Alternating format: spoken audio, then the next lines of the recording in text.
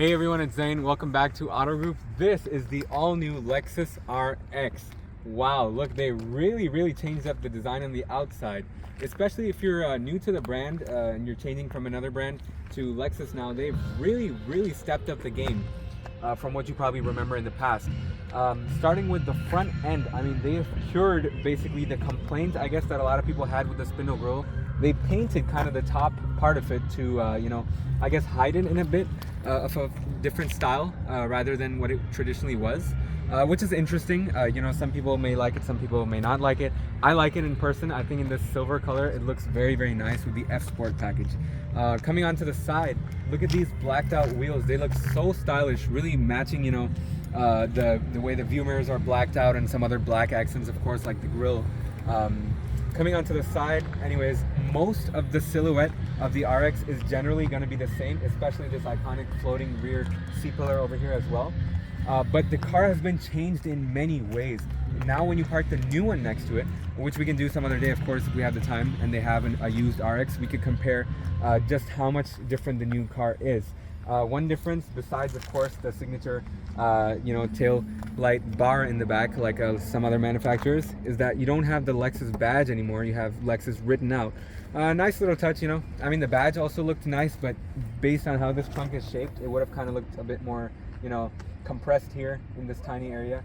Looks good like that. I'm excited to see how this thing performs out on the road with this new 4-cylinder and an 8-speed automatic with the all-wheel drive system. The last time we reviewed the RX, it was with a 6-speed, which was not as good in terms of its transmission's response, and the entire feel on the road wasn't as good as it should be now.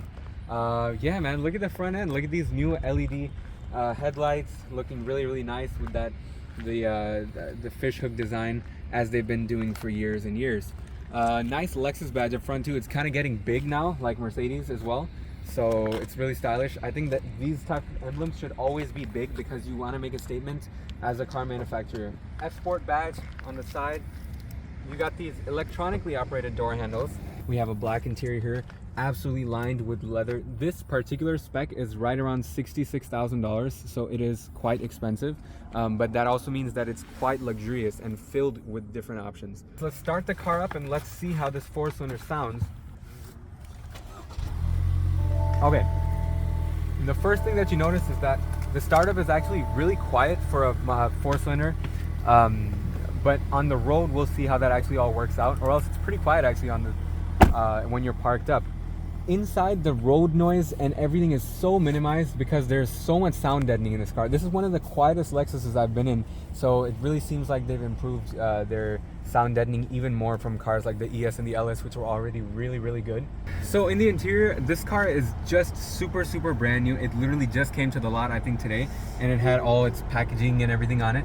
So if I try to load up the infotainment system real quick, I can show you. This is a really nicely sized screen, just like we found in the RZ that we reviewed. And technology is so much more improved in this new generation. Gone is that touchpad that people disliked, and now we have touchscreen capabilities over here. You could choose your drive modes. There's normal, sport, eco. There's of course your navigation system, automatic climate control, 3-stage heated seats, and you also have ventilated seats in here as well. And you got heated steering wheel as well. So great features. And look at these buttons. These buttons are located on top of the screen for your temperature dial. So the screen changes behind. That is such a nice and unique touch. Volume knob, of course. Those people who hate those screen volume buttons will love the fact that this has a real volume knob. Beautiful steering wheel. You have so many self-drive assist type of features in here. A sensor, camera basically watches you paying attention to the road. You have a head-up display, excellent features, an automatic an electronic gear selector as well.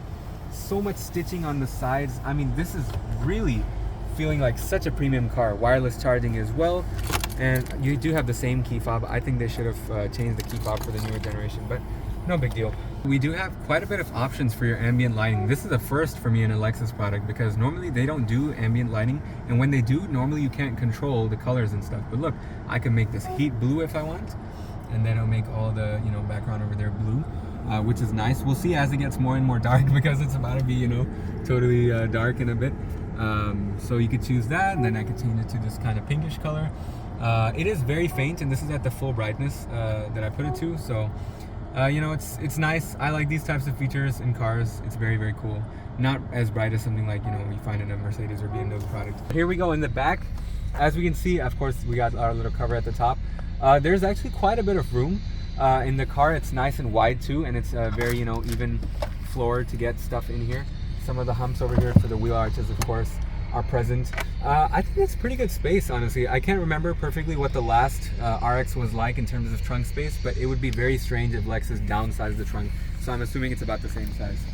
Anyways, close this up. Let me sit behind myself, Melissa.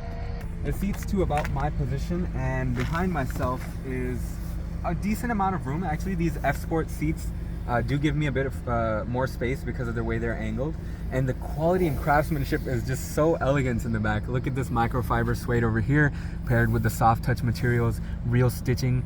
You know, very, very well done. And of course, your electronically assisted door handles. I can't even call them door handles, they're door buttons now.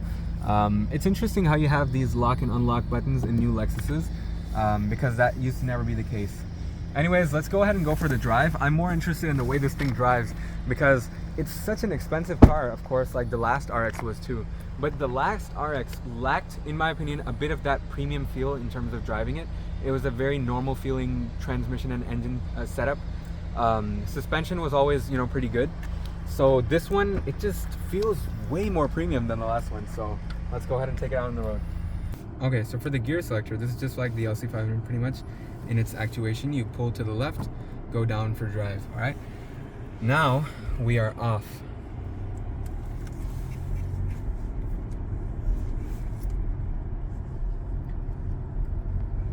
Wow. Okay, the first thing that you notice is that currently, as we're kind of idling along and barely touching on the gas, the engine is so quiet. It is amazingly quiet, especially compared to the V6 even in the last generation.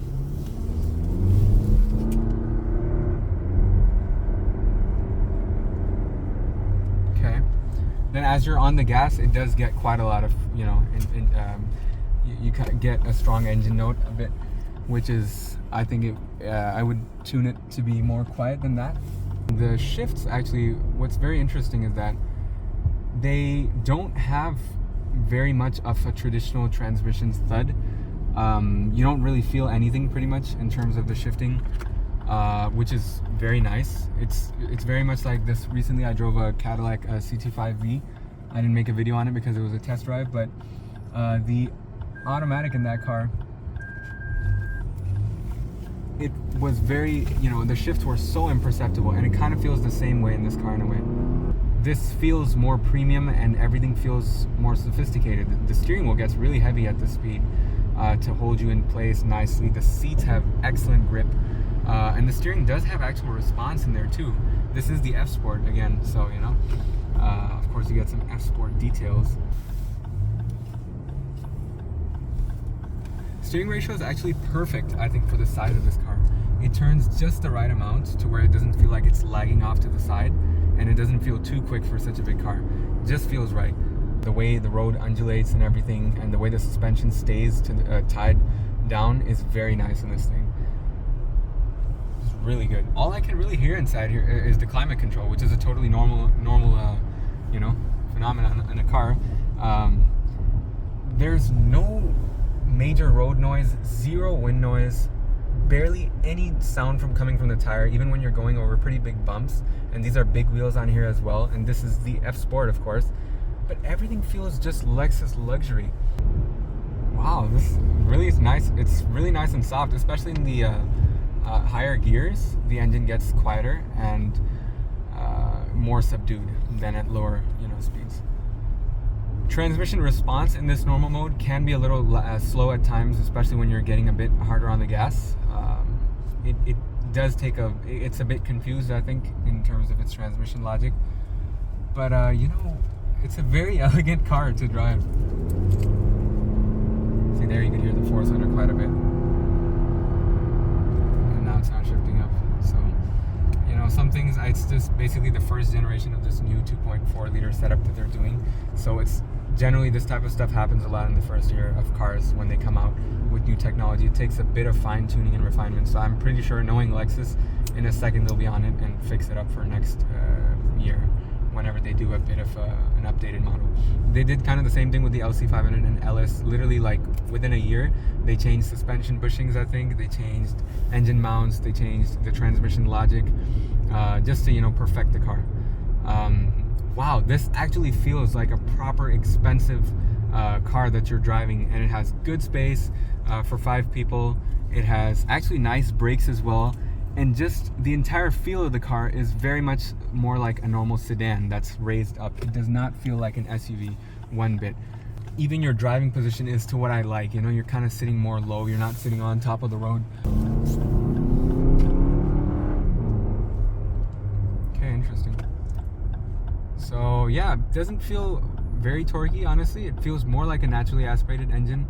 The turbo doesn't come on very strong at all. It's very kind of linear feeling, like a normal 4-cylinder. Power levels, it kind of does feel right around 270 horsepower, just about there. For comparison, our own car, the Jeep Grand Cherokee L, has a 3.6 liter V6 with about 295 horsepower or 293, and the torque and the instant response is very strong in that car. But I think that's for 2 reasons. Obviously, it's a bigger displacement engine with about the generally same power, but then it also has that ZF 8-speed, which has been tuned for years and years, and it responds really well. So I think if they tune up the transmission a bit more in this thing and make it more responsive, it should be perfect. Anyways, as we're cruising, I mean, on the highway, this is our signature review run, of course. So the car has this very solid, stable feel, very much like we saw in pretty much every single other Lexus product. There's not really any car that they've made recently that doesn't feel this premium. It has a very nice, accurate steering response, but at the same time, I could just let it go and the thing just goes perfectly straight as well. Not a single bit of weaving around in the lanes. The suspension is always flat, and there is not a single bump that I went over that I actually really felt like I went over something harsh. So really, it's an excellent step up, and I 100% recommend this car. Another detail that's very important to me if I were to own this car is that the A-pillar is so nice and narrow for a modern car, and you do have a nice gap over there, like a triangle shaped gap, to help you see and minimize the blind spots. And the view mirror is so far away from the A-pillar that you could see between the two and look at where you're going. These Lexus products, I've noticed one thing is that recently when they've updated these things, they feel more like very much similar in their feel across the lineup. Before, it was like the LX570 drove different to the GX, and the RX drove totally different to both of those. But now I feel like if any one that I get in, they will drive very, very similar.